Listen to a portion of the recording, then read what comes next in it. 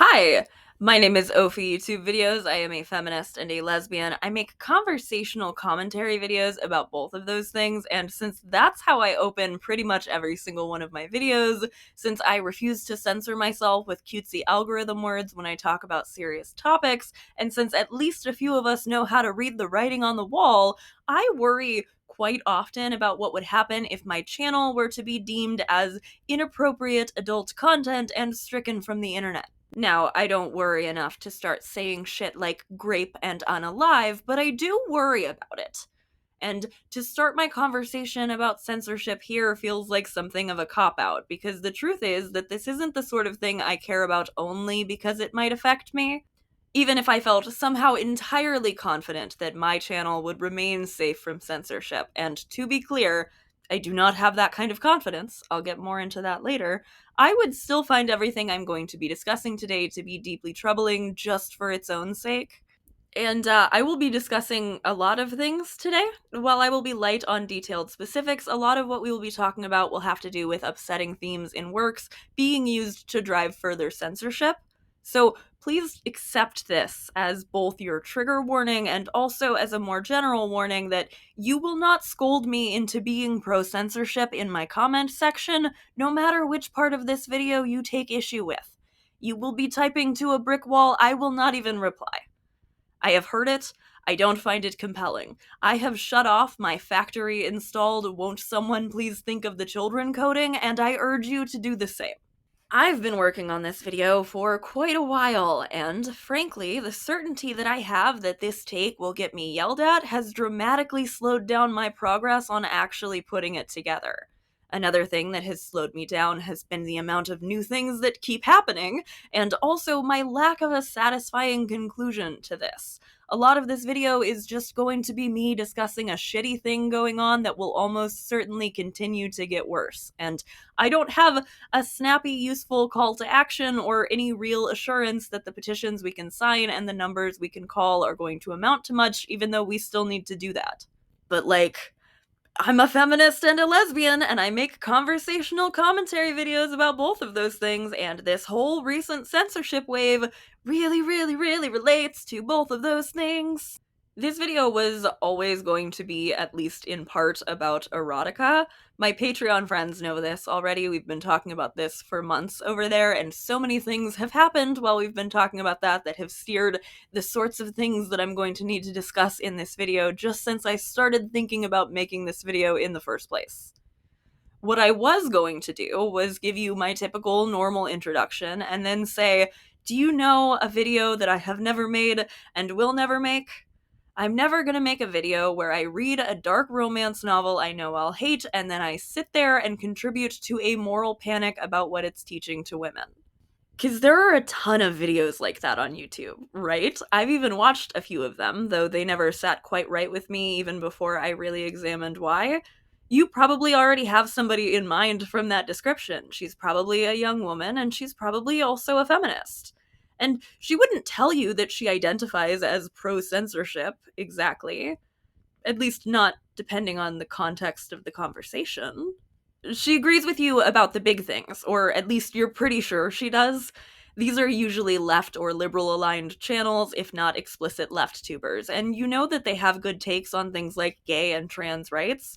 They might even talk about racism in their videos. All of which, at least in my experience, lead me to begin assuming that I agree with somebody more than I actually might. And if this were some other video essay, this is where I would start explaining parasociality, and how nobody is actually meaningfully letting me down or betraying me when these projected expectations I made aren't met, because these are people that I do not know. But that's not exactly what I'm here to do, even though that's still a true thing. I'm talking about a very specific thing. This isn't going to be a YouTuber who is sitting on a Daily Wire set and feeding you something that you can tell is conservative propaganda. I'm talking about something you hear from somebody who you trust.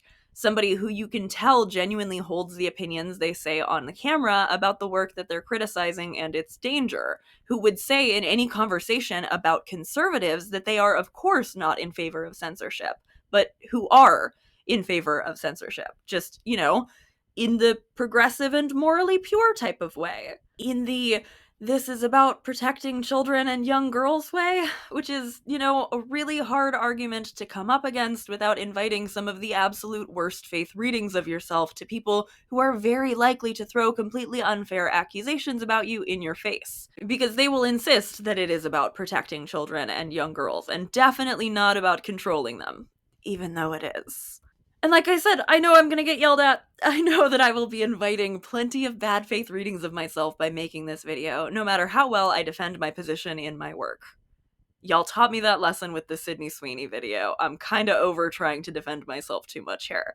There are people who are angry at me before they even know exactly what I'm talking about, who started drafting their angry comments as soon as they saw the thumbnail of this video, or will do so in the next 5 minutes when I say something they don't like, without even bothering to hear me out to the end. That's just part of this job. I'm not talking to them. I'm talking to you. Because I'm sure that you've experienced this too. Somebody who you feel like you're vibing with on almost every level that matters, and then suddenly they say something, and your reaction ranges from, oh, okay, we have different opinions, to, wait, oh my god, does she think that I'm some sort of deviant freak? How many other times does she agree with the people who think that about me and my friends? And there are so many little things that can throw this wall up for me. Like when somebody is casually transphobic, racist, sexist, lesbophobic, or biphobic. When I realize that they have bad takes about sex workers and they're trying to couch it in the hate the sin, love the sinner bullshit of being anti-sex work and pro-sex worker. When that's not a coherent position, and you really don't have to tag yourself as specifically anti one sort of work if your concern was truly about worker protection. Unless, of course, your concern really is that you should be able to concern about workers your way out of ever having to deal with providing them legal protection, the right to organize, or anything that could be done that wouldn't drive them into more unsafe situations the way that criminalization does.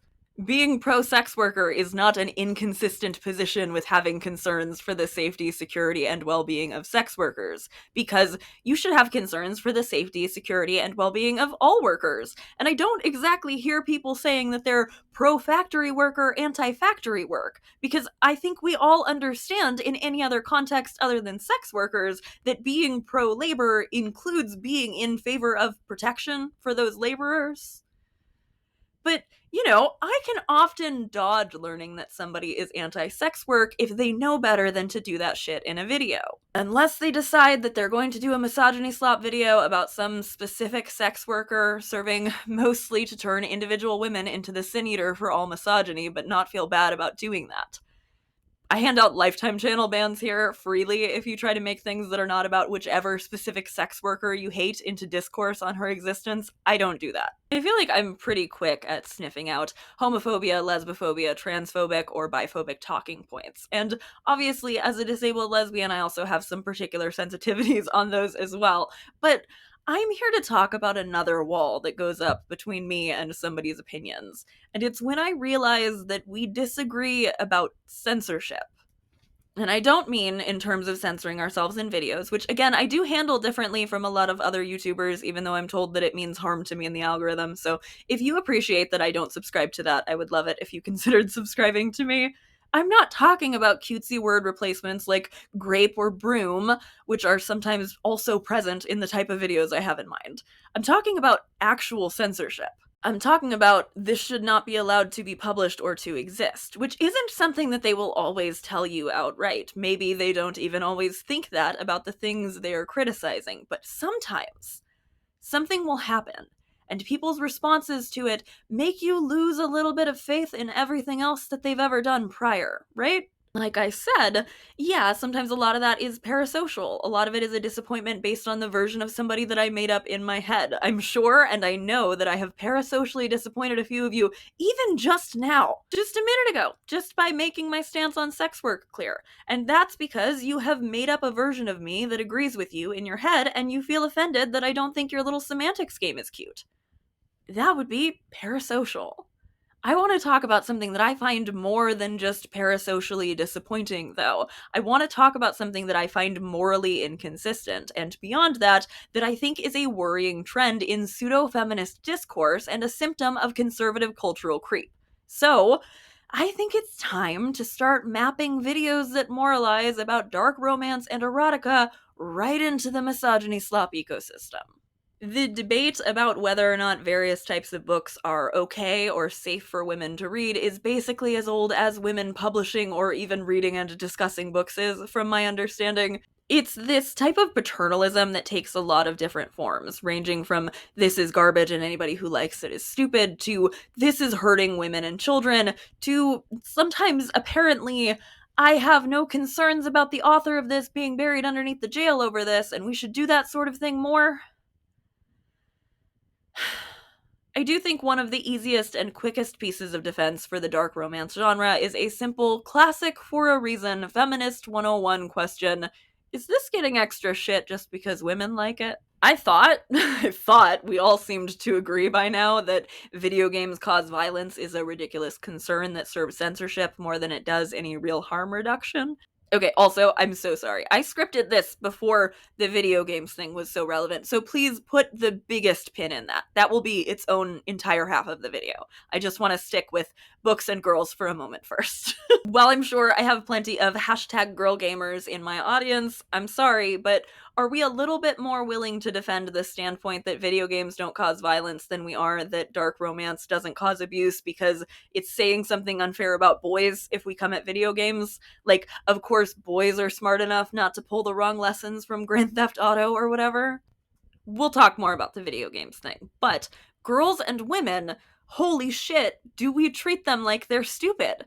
And with the exception of the assumption that every woman who enjoyed reading Gone Girl actually believes that Amy Dunn did nothing wrong, it's a completely different flavor of this will corrupt that we wield against women compared to the one wielded against boys. Because we aren't exactly afraid of a woman reading a romance novel and then going and doing something sinister, right? The talking point is that we are afraid of a woman reading a romance novel and then accepting something sinister being done to her.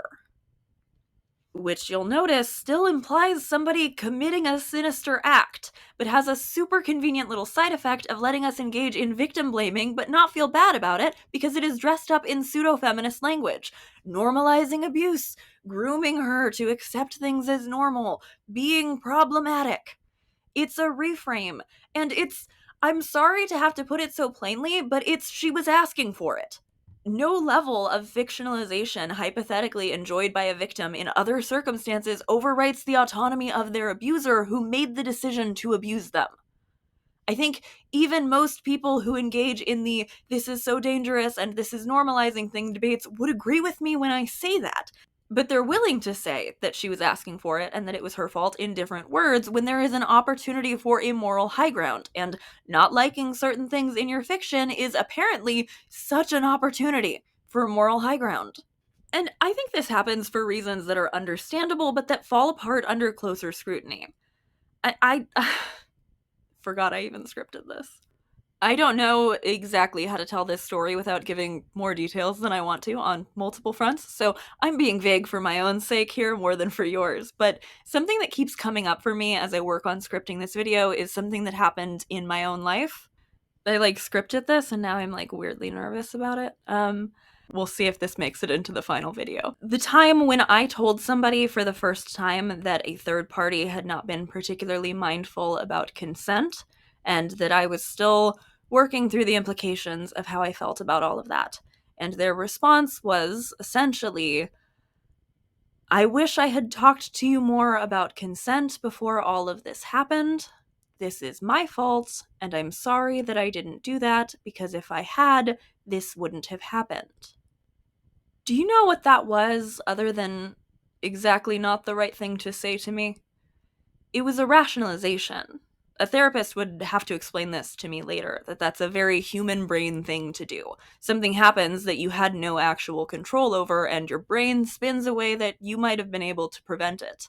It's behavior that I even relate to, though I think, thankfully, I have not said such a thing to somebody after they talked to me about that kind of experience. In this particular case, though, no, I already knew plenty about consent before my own was coerced, and though my then friend, I am sure, did not think about the logical follow through that if she had spoken to consent about me more first, then I would have acted differently, and my acting differently would have been the important piece of this puzzle and not the third party just not treating me that way. That's not what my friend was trying to say. They were not trying to blame me, but it is what they said to me, right? It was a thing that I had to do a lot of unpacking to try to stop internalizing because, yeah, I knew about consent. I just didn't know how to value myself enough to worry about my own and not just somebody else's. And no amount of infographics or consent talks was going to really shift what ended up happening. Only the other person's behavior or the other person's understanding of consent would have. And I know that's an extremely personal anecdote, but that is what this feels like. That is what this looks like to me. It looks and feels like a frustration and a heartbreak and a concern about the state of the world, about the interpersonal relationships young women are trying to navigate, about the very real threats that they face, and then a well-intentioned but sort of devastating diversion of blame to try to justify things in our own minds. It is really, really tempting to try to rationalize a version of the world that we might have more control over. A world where, if we told our younger friend a little bit more about consent, nothing bad would have happened to her. Or where, if Sabrina Carpenter didn't kneel in her album cover, men wouldn't have a desire to hurt or dominate women. Or where, if nobody wrote about things we wouldn't like to experience in real life, they wouldn't be normalized, and they wouldn't be such a concern. But that's just not the world we live in. The world we live in is messy and nuanced, and it's full of people who know better but do things anyway, or who didn't need the justification of dark romance existing to do the things they were already going to do. And I can't help it. I think a little bit less of a person when I realize that this is something we disagree about. And I'm sure that they think a lot less of me, too, because they sometimes tell me so or tell other people like me so.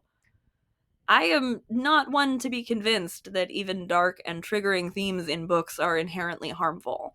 I think they absolutely can be triggering, absolutely can strike at personal pain, at something that we're not prepared to engage with or deal with. I think they can carry harmful messages, teach things that we would prefer not to have taught unchallenged.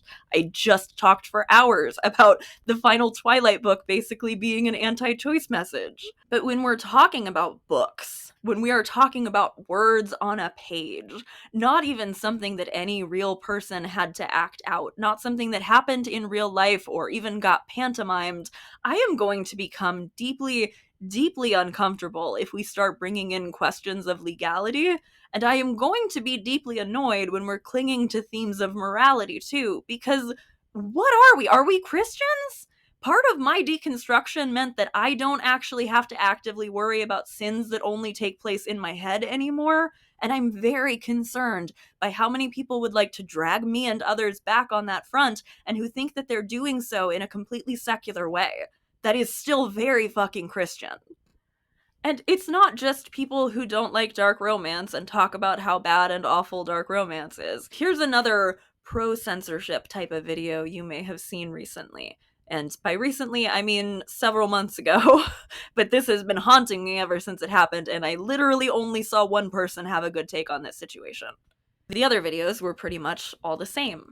A young woman, probably the same type who has told you about how dangerous Colleen Hoover is or how troubling a dark romance novel might be, might have told you a story about some author in Australia. This Australian author woman wrote a book that I think we can all pretty categorically agree is bad and gross. This was an age gap romance novel featuring a very barely legally adult lead who had been essentially groomed by an older male figure in her life who ended up being the romantic lead as soon as she turned 18. The author self-published this book, and it went briefly viral on Book Talk as people discussed how sickened they were by it, and they downloaded and passed around copies so that they could make content about how disgusting it was, apparently. A thing I think you would probably opt not to do if you did genuinely believe that something was CSAM and not a thing you could conflate to being exactly as bad and complain about. The videos that I watched on YouTube that discussed this and every other detail they were able to find about this woman's life, including her job, the church she was affiliated with, her legal name, they hadn't read the book. because it had already been taken down as the criticism against this woman began to crest. So they were quoting lines that people left in their reviews of the book. And while those were probably in the book, someone also fully could have made something up, and how would we ever know? We can't read the book. I don't know what's in there. And I'm not crying over her taking this book down. I don't particularly want to read it either. The woman apologized. She claimed that even her editors and the designer of the cover had not read the full book, and she basically took sole responsibility for publishing something that she no longer felt like she should have, and people were really quick to insist that, of course, everybody else affiliated must have known the full details about this book. I don't know. Again, I'm not crying over her taking it down. I'm not even crying over the authorities being involved, exactly. Part of the outcry around this book surrounded a reference made to her own children, later apparently edited to refer to the Wiggles instead, and her never thinking of them the same way after having written this book. And even as somebody whose life and relationship with my parents was made worse after CPS was called, I do not resent anybody getting a wellness check on those kids and making sure that they seem to be all right. But this woman got arrested for her book. She got full-on arrested for a book she wrote. And the majority of the discourse that I saw around it was pretty much entirely, fuck yes, this bitch got what she deserved, this should happen more, and we love to see it.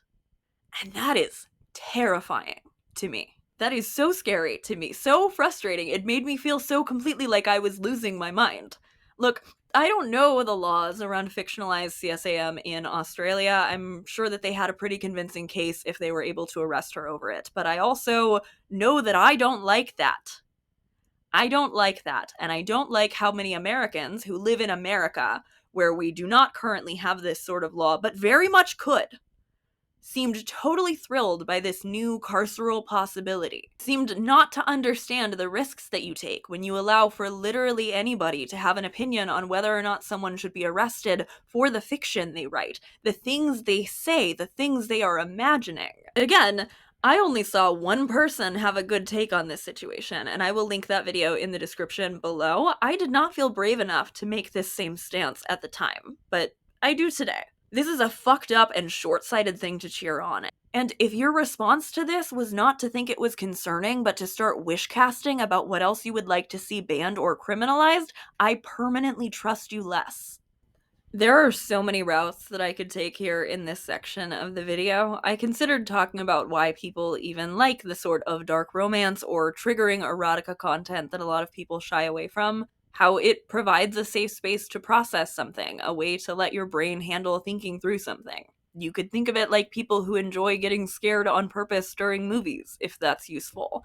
But you also just don't need to understand why somebody likes this. You don't have to like it. You don't have to be curious about why they might. You certainly do not need to ask them whether or not they are working through some trauma to your standards before you decide whether or not this is something that they're allowed to engage with in particular. You can just not really care what other people get up to in the privacy of their own mind. Again, we're talking about erotica. We're talking about words and books and stories. We're talking about ideas. You might think that it sounds totally normal and reasonable for you to say non-con should never be allowed, but consensual non-consent would be okay if they're really super responsible about how they depict it.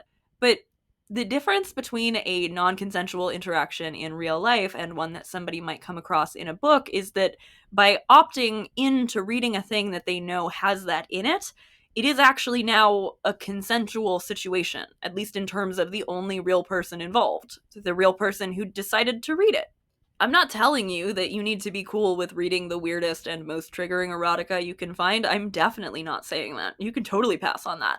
I just think that you should also pass on the moral panic about how it totally shouldn't be allowed, and you should definitely pass on thinking that we should start agreeing that maybe somebody should get some sort of final say in what is and is not acceptable to explore in fiction.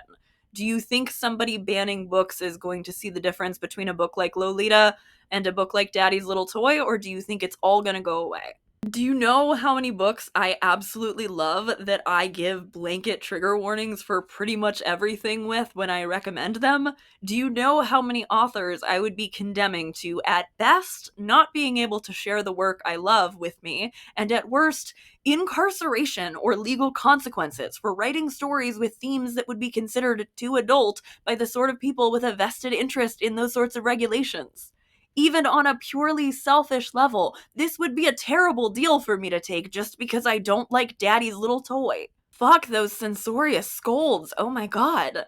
I'm gonna go reread that book I really like, where somebody straight up murders her assaulter in the middle of a sexual assault scene that some people apparently don't think should be allowed to be written at all. I'm in no way saying that there aren't discussions that can be had about the themes and the contents of books, especially books that young people might read and who might not have full context for.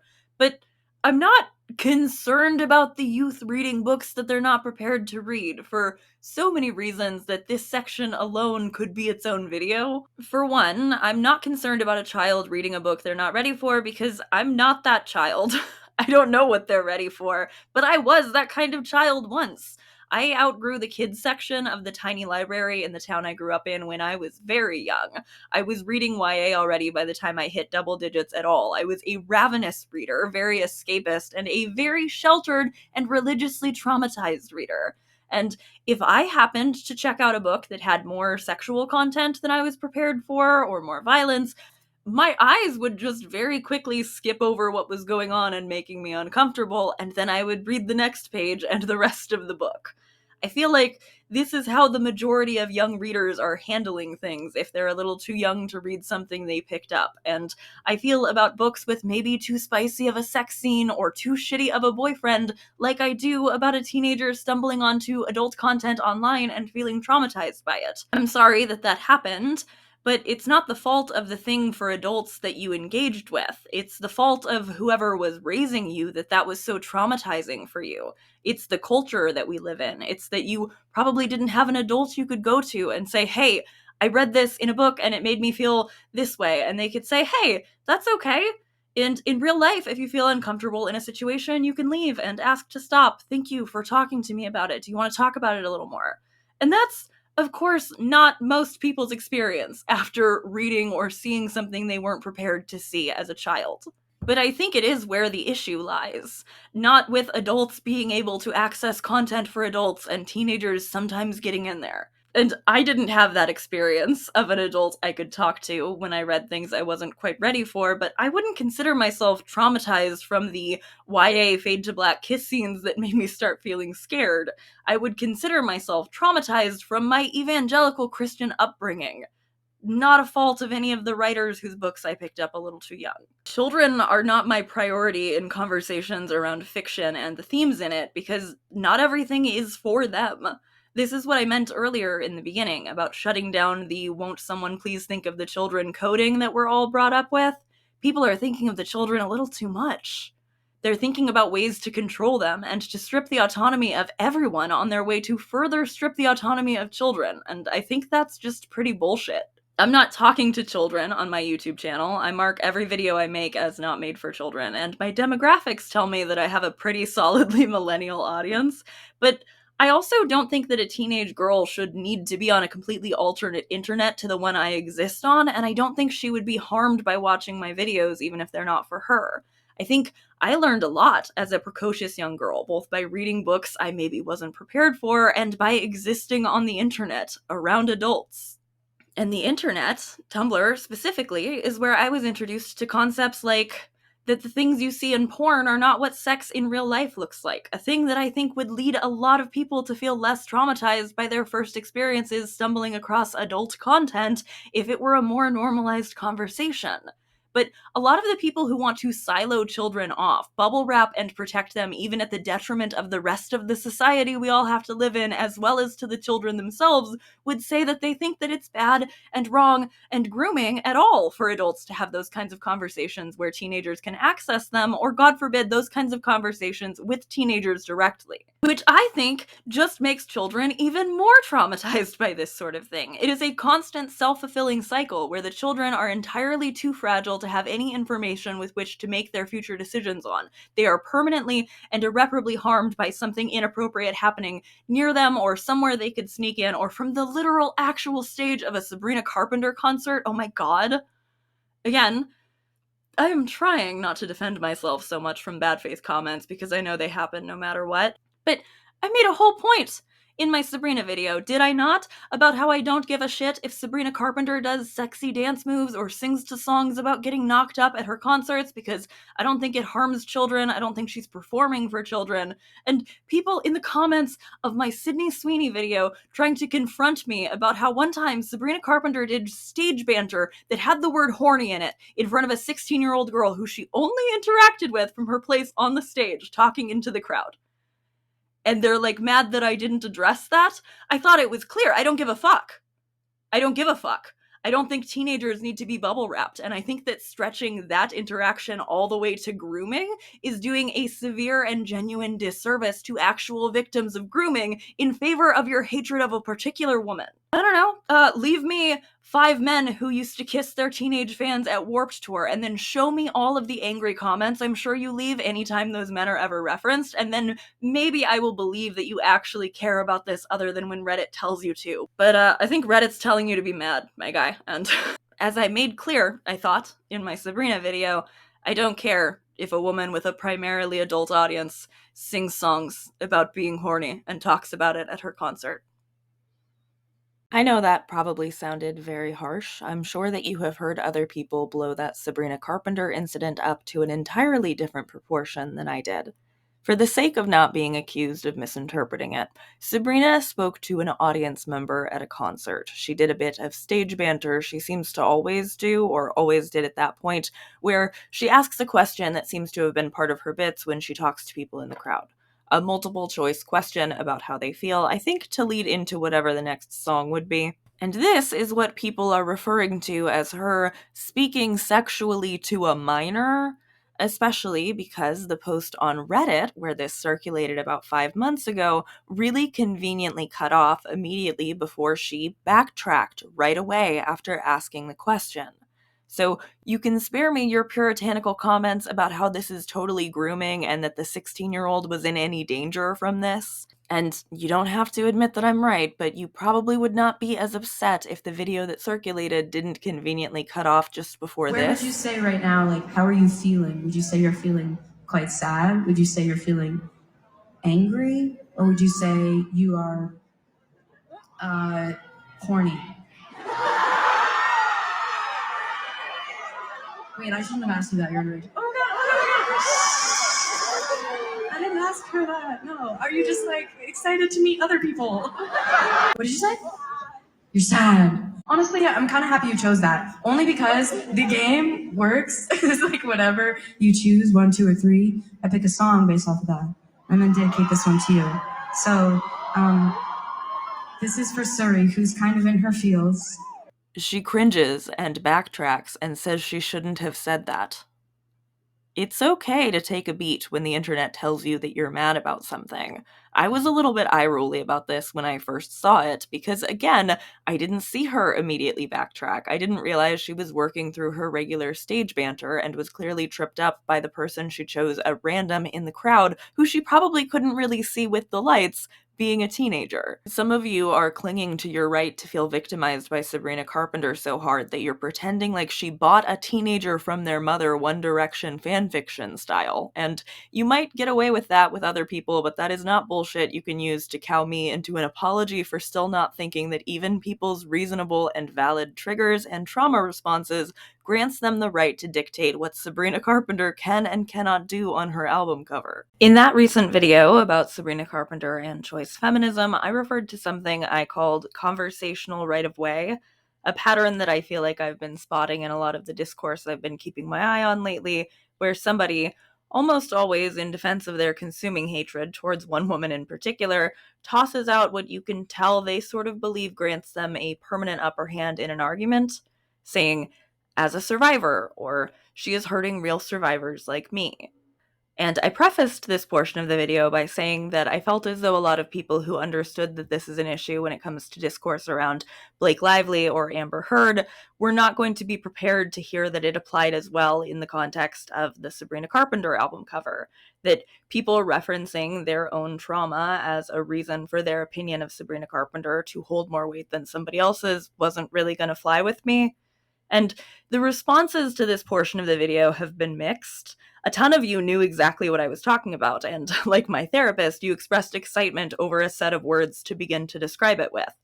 Some of you did not like that I said that, as I predicted would happen, and I was accused of being insensitive, told that my channel is not a safe space, that I was reminding them of anti-identity politics sentiment.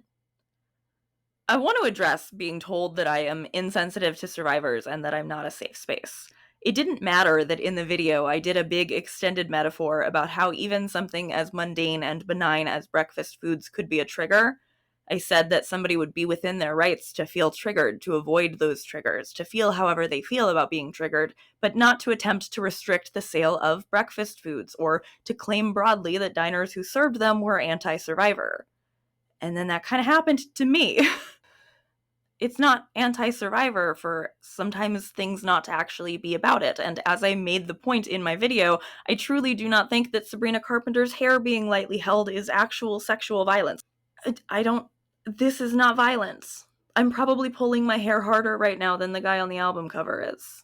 And I'm sure that the things that I have shared with you in this video about my own experiences won't matter either to the people who are determined to take me out of context and claim their conversational right of way.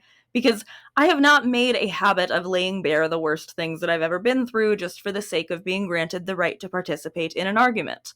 I refuse to participate in that, even though I have plenty of things that I could dredge up that would give me quite a right to have opinions on all sorts of things in all sorts of people's minds. I refuse to contribute to an expectation that everybody else must do that in order to have an opinion on a Sabrina Carpenter album cover or for that opinion to be valued. And I get it. I can see that it feels like punching down. I imagine, especially if you're somebody who tends to lean on as a survivor, you felt kind of punched at. But with me, as with about a third of people you'll ever speak to, it's not punching down. I'm speaking as a peer. I'm speaking as a survivor. I just don't think that having survived things that I'm not willing to even sort of dance around like I did the anecdote I told earlier did much other than traumatize me. It didn't make me special, it didn't make me magic, and it certainly did not grant me a right to control how other people exist in public life. And I really thought that wrapping up my choice feminism and Sabrina Carpenter video by talking about the way that the second wave sex negatives happily partnered with the fascists, just like we see the TERFs doing today, made this point, but I guess I need to make it just a little bit more plainly, and this happens to be the bow that ties together the dark romance half of this video and the video games half of this video. So again, even though after this video I am going to try to be a little bit less self-defensive, I don't mind making this point clearer one more time here. It doesn't really matter how much more sympathetic it sounds. It doesn't matter how much more empathy I want to have towards somebody who is hurting as a result of their trauma of sexual violence that they experienced at the hands of somebody other than Sabrina Carpenter. But I cannot, and I will not give an inch to the I have trauma and it means I get a say in if a woman can have a horny album cover or not. Because you cannot do that without also granting the miles and miles that the I have trauma and it means I get a say in if trans people exist want to take. You might not want to confront that this is the same thing, I understand, but I think a lot of where we are right now is because of people's refusal to confront just how many right-wing talking points they've been swallowing uncritically. You might think that there is some big meaningful distinction between somebody taking umbrage with something that they find to be a representation of kink that you have a problem with on an album cover, and somebody crying victim because a tall woman who she thought might be trans offered to help her in the bra section of a store, but there is not. There is no difference, and you cannot allow one without paving the way for the other. It's the same thing. There's no difference between any of us perverts to these people. I need you to understand that. There is not a meaningful enough distinction or any line in the sand that you might be drawing with these censorious fascists to make them not come for you too. I hear you.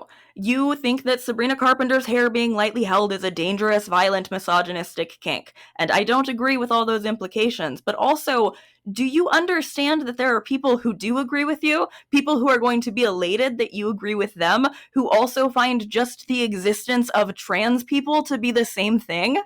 Why would you ever be willing to jump in bed with them? How is the idea of having control over what women do that appealing to you, that you will say the exact things they say, you will want the exact things they want, and you will insist that I treat you any differently than I treat them, that I just trust you that this will play out the way you want it to and not the way it always does? No way! No, I refuse. They are using you. You are not using them. They will absolutely pretend to take your concerns seriously. They will pretend and are pretending like they have any interest in protecting women, and then they will use the exact same rules that you are pushing right now, the exact same regulations and restrictions and policing that you seem fine with right now against you.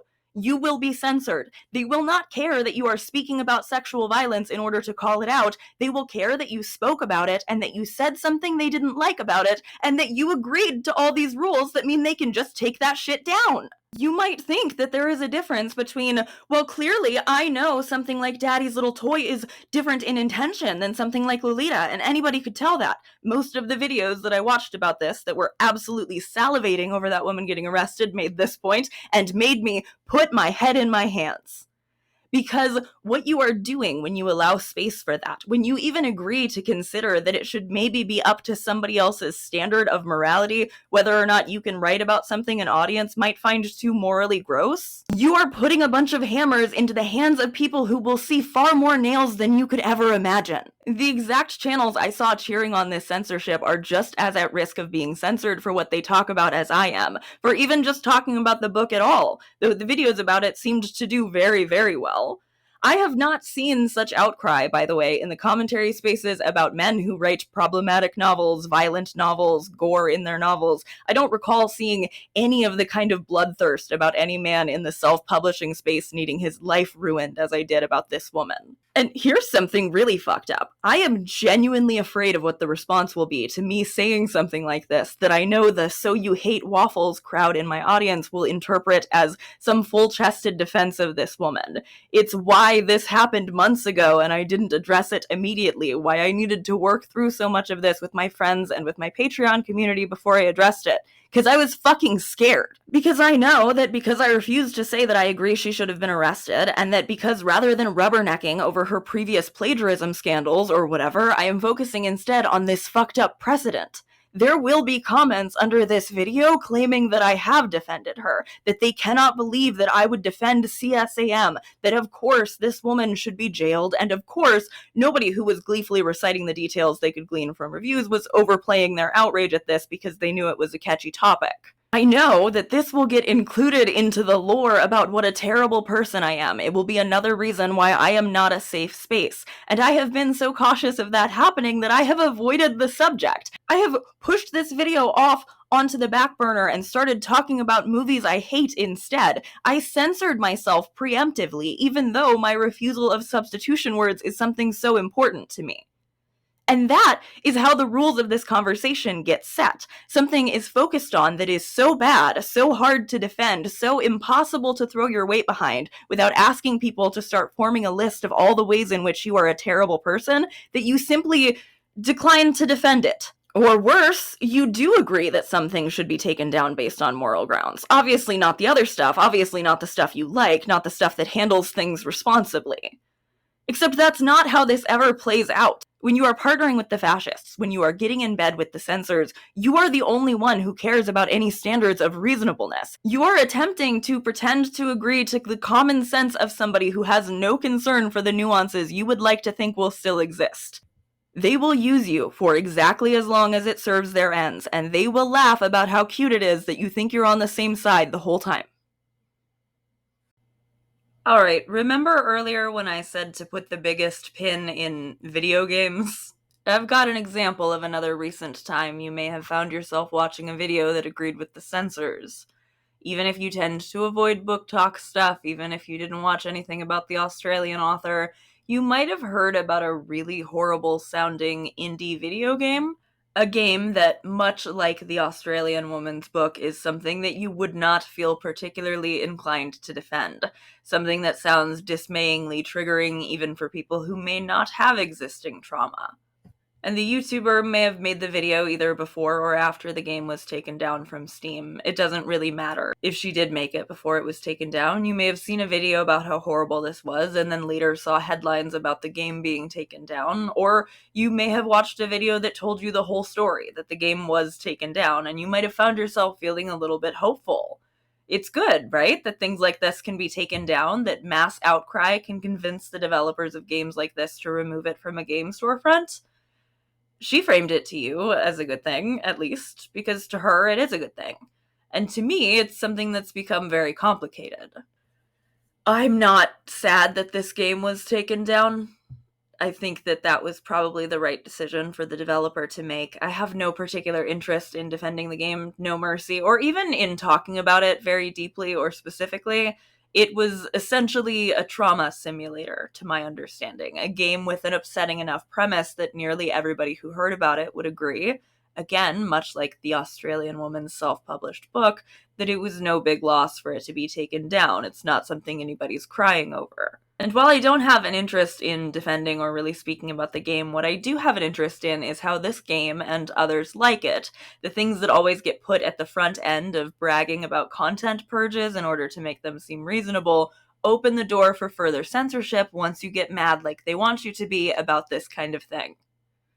Because much like agreeing that we should have some sort of morality code on self-published books or album covers, once we agree that a game storefront should make blanket rules banning certain themes and topics, we're agreeing that a lot of things we actually wouldn't want to ban should just be banned.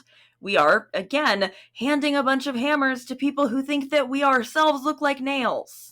Because here's what's happened, and why I'm referencing that game. Following a bunch of people feeling upset and being encouraged to feel upset and outcry at this trauma simulator game that got used as bait, payment processors were lobbied by activist groups, and they made sudden and opaque rule changes to their terms of services essentially overnight, even though there was reporting from months and years ago pointing out that this could be an issue for platforms like itch because it's been an issue for other platforms in the past, but, there are two halves to this conversation. There are a lot of halves isn't the right word. There are just a lot of parts, but I'm going to be focusing on two.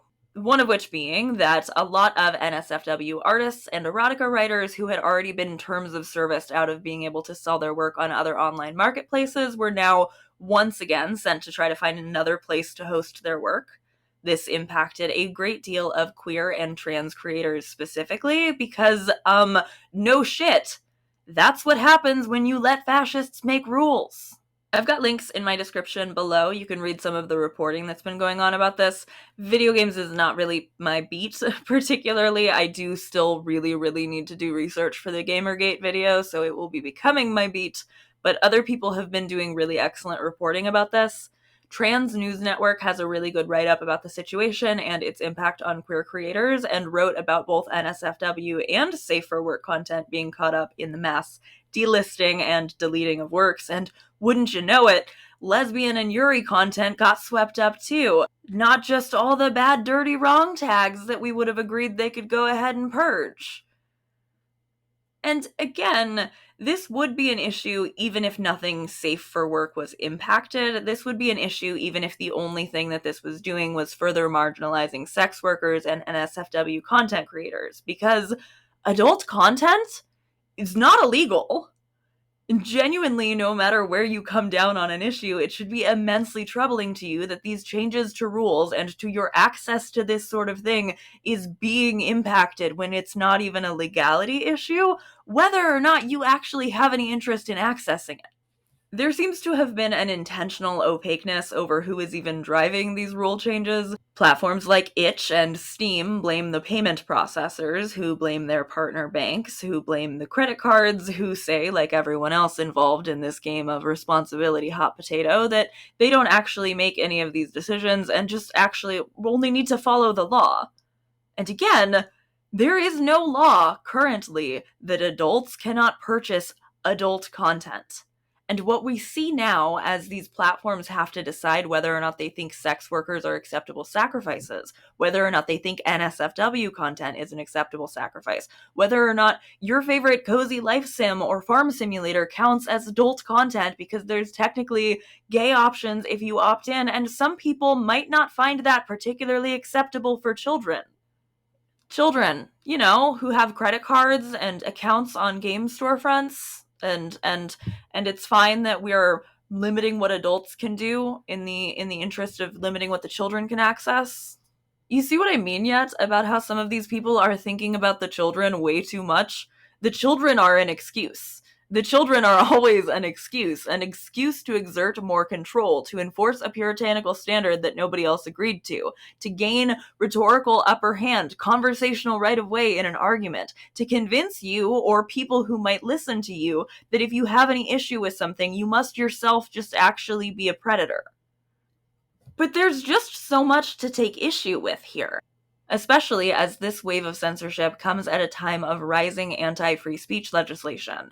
Anti-free speech legislation that does the exact stuff I've been warning you will happen in this video. Like, the recent age verification laws in the UK blocking people out from sites like Wikipedia, from resources about things like menstruation, from crisis helplines even. And even casting aside the fact that we are removing children from being able to access things they should be able to access for fear of them accessing things they shouldn't, there are so many more things that would be defined under adult content as soon as they get you comfortable with that being the criteria for bans or restrictions, because that is a vague and unuseful term of phrase. Even as I have used the phrase adult content in this video, it's been with the knowledge that I myself could immediately right now be termed as adult content. Not even just because of the things I talk about, but because of the way I introduce myself as a lesbian at the start of my videos. Taylor Lorenz has been covering this on her channel, and I highly recommend the video that I'm going to link in the description, where she and Kat Tenbarge spoke about Lil Tay, backlash against OnlyFans, and what a gift to big tech it is for people who think that they have reasonable concerns about children on social media to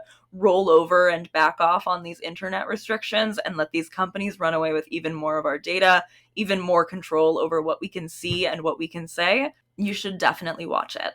So much of that conversation applies here as well.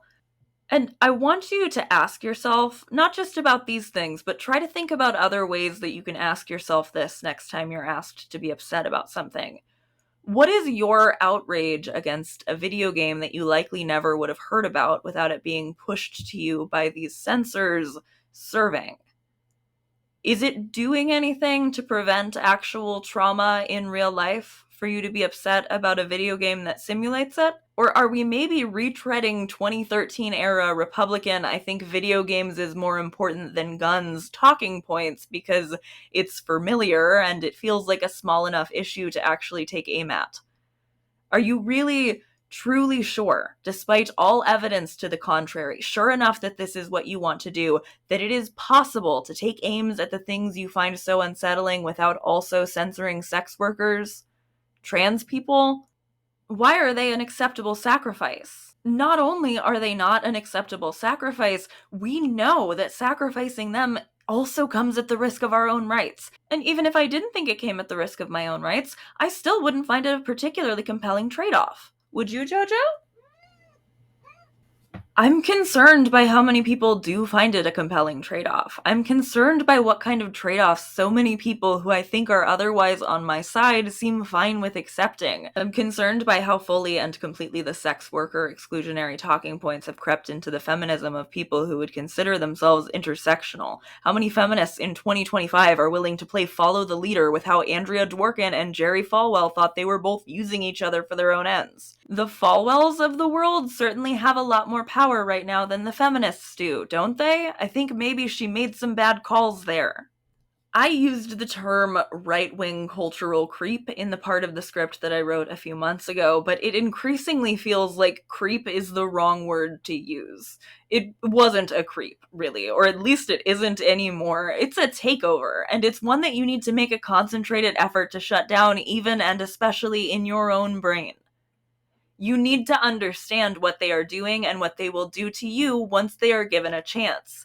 You need to shut off the carceral misogynist in your brain who enjoys seeing a woman who writes gross plagiarized fiction get punished for not living up to your moral standards, and start worrying a little bit more about why and when we all decided suddenly that moral standards are something we should be enforcing on a societal level and with as little nuance and as much woman hate as possible.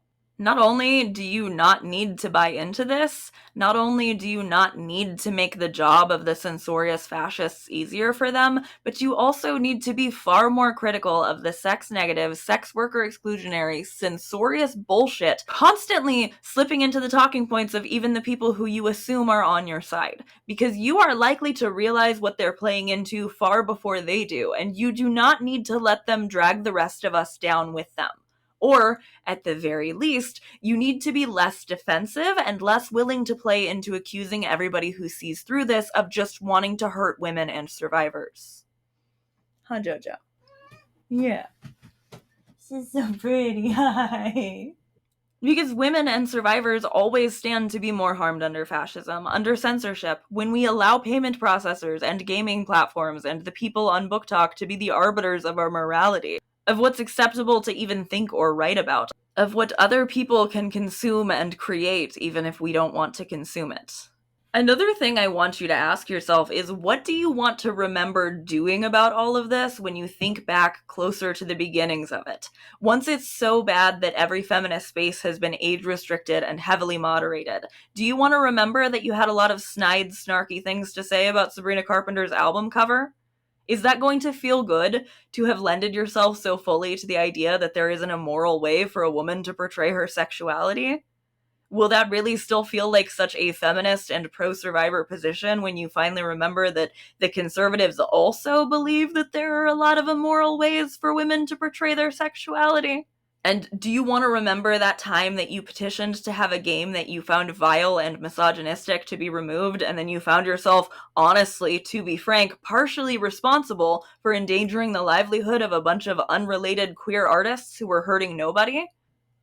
Will you be pleased enough at having the trauma simulators removed that you're not going to mind when game distributors have to make the decision between maintaining queer representation and taking those features out of their games in order to have it carried on storefronts? Because that's coming. Games like Stardew Valley are no more safe than games like Mouthwashing, which were no more safe than games like No Mercy, which were no more safe than queer erotica, or even queer stories that were not erotica. Censorship is coming for all of us. Just in the week that I'm uploading this video, YouTube is apparently rolling out some new age verification process, and when I looked at my channel to see how many videos were available in restricted mode, it was less than a dozen. I have made well over 100 videos at this point, for reference, and even plenty of videos that I assume would be completely safe for work are hidden, for reasons that YouTube declines to even attempt to explain to me. I have no idea how many of my subscribers are even going to see this video. I have no idea if when I cover things like this, or when I talk about HIV, if my views are lower because less people opt to watch it, or because less people are even given the option to know I've spoken about it. And more companies are going to pull this shit. More and more spaces online will capitulate, and apparently, a bunch of people who fancy themselves feminists will cheer and nod and say we should be protecting children, protecting survivors, using cutesy replacement words out of respect, and not just out of capitulation to the algorithm. That's a real thing people have tried to tell me, by the way, that I'm wrong when I say that I won't use those words to appeal to the computer gods, because actually, unalive is more sensitive. It's not. It's not more sensitive. You're just incredibly easy to convince to cut your own tongue out, and that's not something we have in common, baby. I'm linking in the description below to an ACLU petition, as well as to write-ups I've found about how best to apply pressure to these payment processors, like Visa, MasterCard, and Stripe, while they continue to pass the buck on whose decision it actually is to engage in this kind of censorship. As I said toward the beginning of this video, I have no real illusions that with the way things are going, it will even necessarily remain true for much longer that there's not even a legal justification for what they're doing. I have no promises that these courses of action are going to work, but this is still a meaningful thing to push back against. For more information about the group that has lobbied for this, Collective Shout, and their history, you can check out the recent Council of Geeks video, which I found very useful. I'm also linking that in the description below. And another video I'm linking that you should absolutely watch if you haven't already is my friend Little Shop of Alley's video about Sabrina Carpenter. I particularly find the parts about the cuties outcry and the Hays Code to be instructive for the times we are currently living in, all over again. I'm also planning on talking more soon about the backlash against OnlyFans in particular, and how age verification laws like the ones we're seeing in the UK and like are threatening to come back through the legislation here in the United States and make our situation even worse, have allowed swerf rhetoric to flourish in what remains of online feminist spaces. Again, it's not some crazy random happenstance for this exact playbook to have already been used on sex workers, to push them to the margins of the internet with claims of some dubious legal red tape, and to know pretty comfortably that nobody's all that willing to defend them or willing to seem too invested in their right to make content without being accused of being porn sick and addicted and a pervert and all of the same shit they throw against queer people for just existing. You do not have to play along. And not only that, but I get to be a little annoyed with you when you do play along. That is the deal you are making by getting into bed with the censors. You won't chase an apology out of me for knowing what you're doing, even if you don't get what you're doing yet. And while I won't demand a personalized apology once you finally catch up to what the rest of us have been seeing written on the walls, I also won't exactly hold back my I told you so's. I mean, this whole video really just is me telling you so on the record, right? Thank you for watching. Thank you for letting me tell you so. Thank you so much also for 18,000 subscribers. That is so cool. Even if I make enough people angry with this one to dip down back below that threshold. And despite my daily fears about this little corner of the internet being wiped for vague and opaque policy change reasons, I'm so grateful to be able to do this as my job and to be able to share my thoughts with all of you. Thank you also, as always, to my lovely Patreon friends. You can see a few of their names on the screen right now. Patreon is a great way to help support me financially, and Patreon members and YouTube channel members get a couple of extra videos from me a month, couple stretches to more depending on how my head works.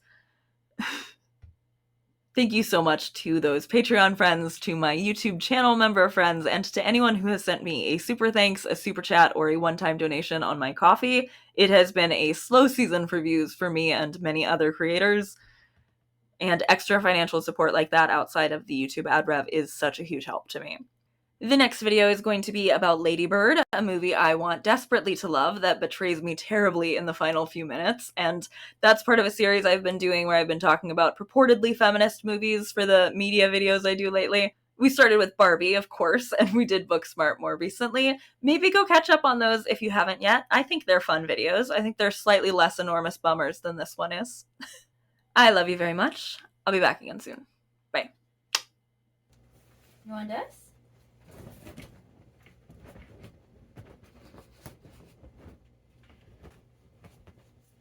That's your favorite?